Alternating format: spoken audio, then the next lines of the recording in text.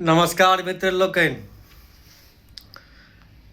आइ हम चर्चा करब जे हमर सबके बिहारके मिथिलांचल क्षेत्रके जे हमर नौजवान भाई बंधु सब जे बिहारसँ बाहर आबि कऽ अन्य राज्यमे कतहु भी दिल्लीमे होइत या हरियाणा होइत, पंजाब होइत, कतहु भी होइत, ओतऽ जा कऽ जे नौकरी करै छथि या जॉब करै छथि, मजदूरी करै छथि, तऽ हुनका सबके लेल जे हर राज्यके सरकार अपन अपन राज्यके इंडस्ट्रीमे अपन अपन फैक्ट्री सबके नोटिस जारी केलखिन हेँ। बेसिक सैलरी पर नहि बढ़ोतरी भेलैए, बेसिक सैलरी नहि बढ़ोतरी भेलैए, ओहि हिसाबसँ स्किलके सेहो बढ़ोतरी भेलैए, हाई स्किलके सेहो बढ़ोतरी भेलैए।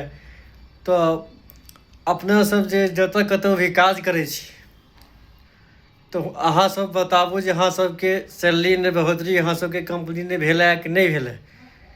कए ठाम देखै छिए वीडियो सोशल मीडियापरमे जे हंगामा भऽ रहल छै, लोकसब आंदोलन करै छथि, काज करै छथि लेकिन आंदोलन करै छथि जे सैलरी पर नहि बढ़ोतरी नहि भेट रहल छै कंपनीके तरफसँ। ताहिके लेल कए जगह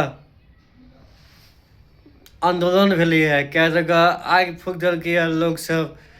तऽ अपनेसँ बताबू जे किनका किनका सबके बढ़ोतरी भेट चुकल अछि। हमहूँसब हरियाणामे छी, हरियाणामे सेहो बढ़ोतरी भेलैए।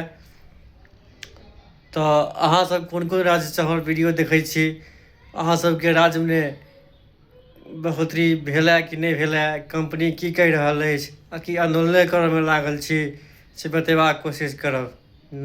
जय मिथिला, जय मैथिली। किएकि देखियौ, हमर सबके बिहारके जनता हमेशा आंदोलनेपर रहलैए। बिहारमे जनताके तकलीफके लऽ कऽ सरकारके खिलाफ आंदोलन करऽके छै, और बिहारसँ बाहर जहन जॉब करऽके छै तऽ ओकरासँ सैलरी लेबऽके लेल आंदोलन करऽके छै। हर जगह जनता आंदोलने कऽ कऽ मरि रहल छै, आंदोलनेके पीछामे रहल छै। तऽ बताबू अपने सबके की केना असुविधा होइए कि नहि भऽ रहल अछि। जय मिथिला।